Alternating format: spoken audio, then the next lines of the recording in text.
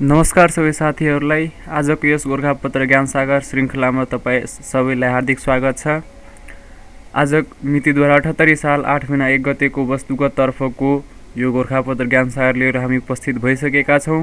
आज हामी विषयगत तर्फको पनि ज्ञानसागर लिएर उपस्थित हुने नै छौँ र यो छिट्टै हुनेछ। ल भिडियो सुरु गरौँ।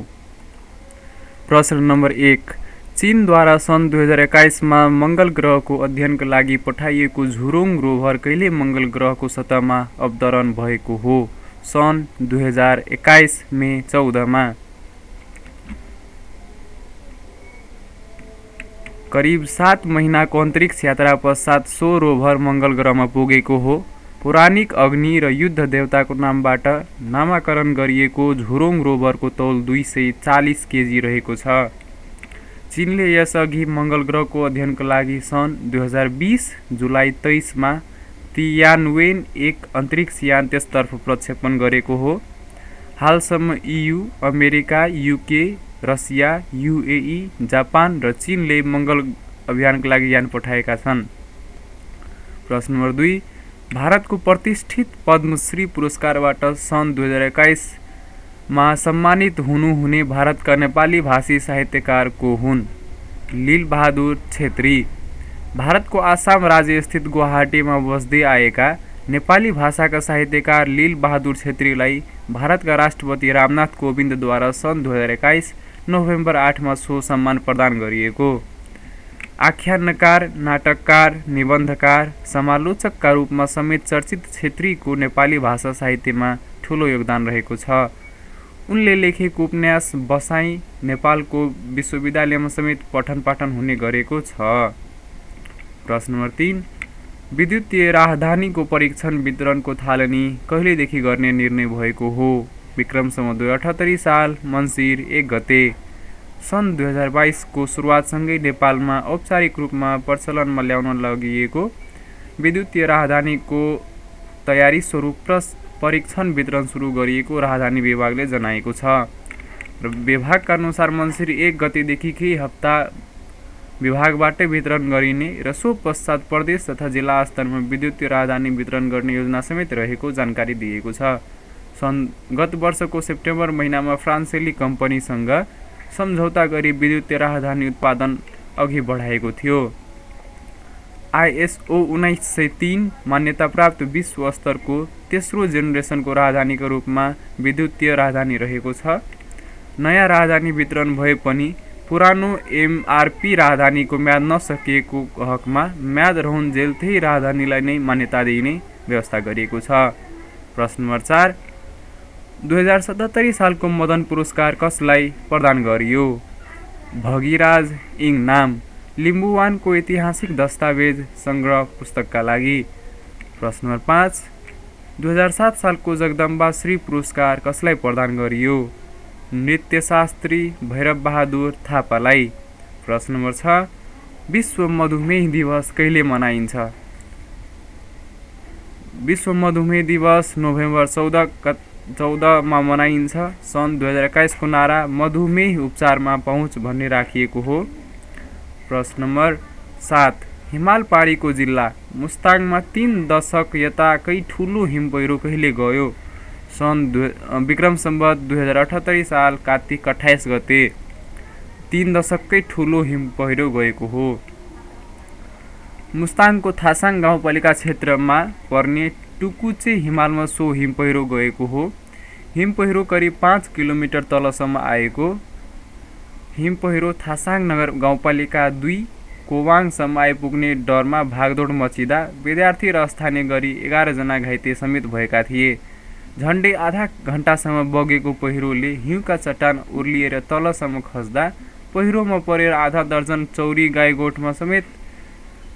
गोठमा समेत क्षति पुगेको साथै 150 भन्दा बढी चौरी पुरिएको समेत जानकारी आएको छ। प्रश्न नम्बर 8। पद्मकण्ठगिरी कुन ठाउँको पौराणिक नाम हो? स्वयम्भू। प्रश्न नम्बर 9। नेपालमा सामाजिक सुधार ऐन कहिलेदेखि लागू भएको हो? विक्रम सम्वत 2033 साल। प्रश्न नम्बर 10। सूर्यको किरणमा 7 रंग हुन्छन् भनी पत्ता लगाउने वैज्ञानिक को हुन्? Sir Isaac Newton. नि बेलायतबाट थिए। प्रश्न नम्बर 11 प्राथमिक रङमा कुन कुन रङ पर्दछन्? रातो, नीलो, हरियो। यसलाई आरजीबी कलर पनि भनिन्छ। प्रश्न नम्बर 12 प्यागोडा शैलीको सबैभन्दा पुरानो मन्दिर कुन हो? चाङ्गु नारायण। नवदुर्गा नाच कसले चलाएका हुन्? सुवर्ण मल्ल। प्रश्न नम्बर 14 व्यासीहरूले माघ महिनामा भैलो खेली मनाउने पर्व कुन हो? धवला। प्रश्न नम्बर 15 नै प्रकाशनले आफ्नो रजत महोत्सवको अवसरमा महासमालोचकको उपाधि र नै रजत महोत्सव पुरस्कार कसलाई प्रदान गरियो? प्राध्यापक डाक्टर वासुदेव त्रिपाठी। त्रिपाठीलाई 5 लाख रुपैयाँ राशिसहित महासमालोचक उपाधि र नै रजत महोत्सव पुरस्कार प्रदान गरिएको हो। सोही अवसरमा त्रिपाठीलाई 1 लाख रुपैयाँ राशिको नै ईश्वर बराल पुरस्कार पनि प्रदान गरियो। त्यस्तै नै रजत महोत्सव पदक शताब्दी पुरुष सत्यमोहन जोशी, प्राध्यापक डाक्टर महादेव अवस्थी, प्राध्यापक केशव सुवेदी, प्राध्यापक डाक्टर लक्ष्मण प्रसाद गौतम लगायत 50 जनालाई समर्पण गरिएको हो। भारतीय नेपाली साहित्यकार दुर्गा प्रसाद श्रेष्ठलाई नै देरुनिक अन्तर्राष्ट्रिय पुरस्कार 2 लाख रुपैयाँ राशि समेत प्रदान गरिएको हो। चिकित्सक डाक्टर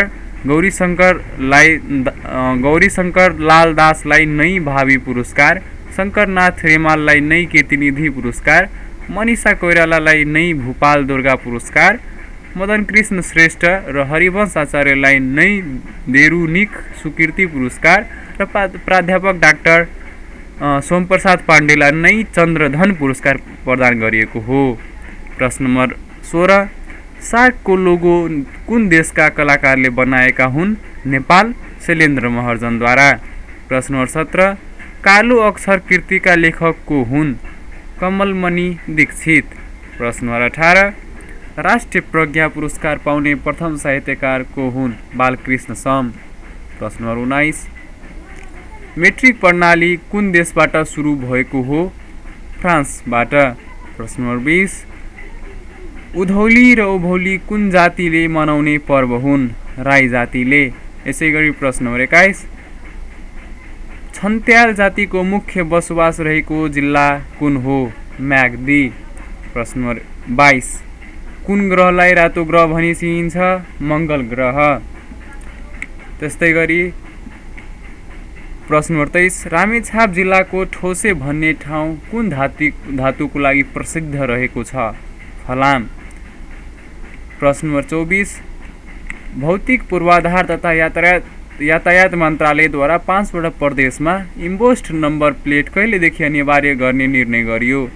विक्रम सम्वत 2078 साल मङ्सिर 1 गते। विक्रम सम्वत 2078 साल मङ्सिर 1 गतेदेखि नयाँ दर्ता हुने सवारी साधनलाई इम्पोस्ट नम्बर प्लेट अनिवार्य गरिएको छ।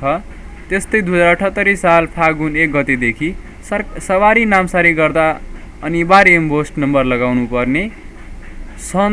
विक्रम सम्वत 2079 जेठ 1 गतेदेखि भने सवारी दर्ता प्रमाणपत्र नवीकरण गर्दा इम्पोस्ट नम्बर प्लेट पनि लगाउनु पर्ने व्यवस्था गरिएको छ। मन्त्रालयका अनुसार इम्पोस्ट नम्बर प्लेट कार्यान्वयन सार्वजनिक सवारी, पर्यटन सवारी, निजी सवारी, सरकारी सवारी र संस्थानका सवारीलाई अनिवार्य गरिएको छ। अहिले बागमती, गण्डकी, लुम्बिनी, कर्णाली र सुदूरपश्चिम प्रदेशमा यो कार्यान्वयन हुने र प्रदेश नम्बर 1 र 2 मा प्रदेशको नाम निश्चित नभएसम्मको लागि स्थगित गरिएको छ।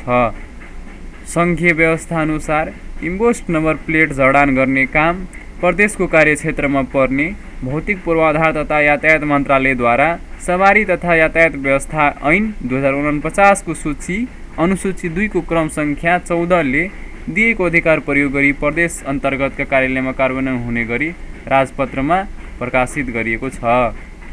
प्रश्न नम्बर 25 हावामा सबैभन्दा बढी पाइने तत्त्व ग्यास कुन हो?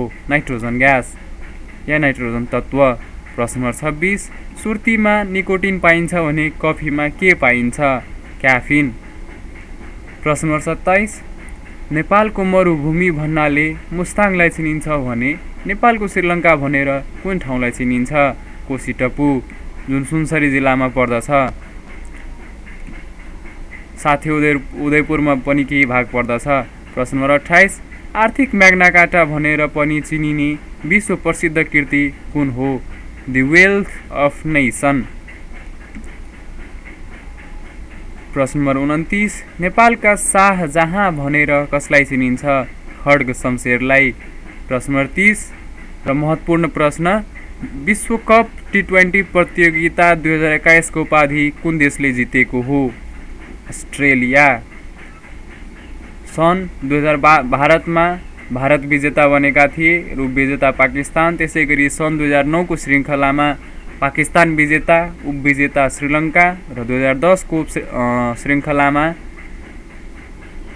इङ्ल्यान्ड विजेता, अस्ट्रेलिया उपविजेता। 2012 को आयोजनामा वेस्ट इन्डिज विजेता, श्रीलङ्का उपविजेता। सन् 2014 मा श्रीलङ्का विजेता, भारत उपविजेता। सन् 2016 मा वेस्ट इन्डिज विजेता र उपविजेता इङ्ल्यान्ड भएका थिए। यसै गरी यसपालिको श्रृङ्खलामा 2021 मा अस्ट्रेलिया विजेता राष्ट्र र न्युजिल्यान्ड उपविजेता राष्ट्र बनेको छ। अस्ट्रेलियाले छिमेकी देश न्युजिल्यान्डलाई 8 विकेटले हराएर सो उपाधि हात पारेको हो। सबैभन्दा बढी 5 पटक एक दिवसीय विश्वकप जितिसकेका अस्ट्रेलियाले टी20 संरचनाको विश्वकप भने पहिलो पटक जितेको हो। विश्वकप टी20 को 7औं संस्करणको फाइनलमा टस हारेर पहिलो ब्याटिङ गर्न पुगेको न्युजिल्यान्डले 4 विकेटको क्षतिमा 172 रन बनाएको थियो। अस्ट्रेलियाले 7 बल बाँकी छँदै 2 विकेटको क्षतिमा 173 रन बनाएर लक्ष्य हासिल गरेको हो र टी20 विश्वकप च्याम्पियन।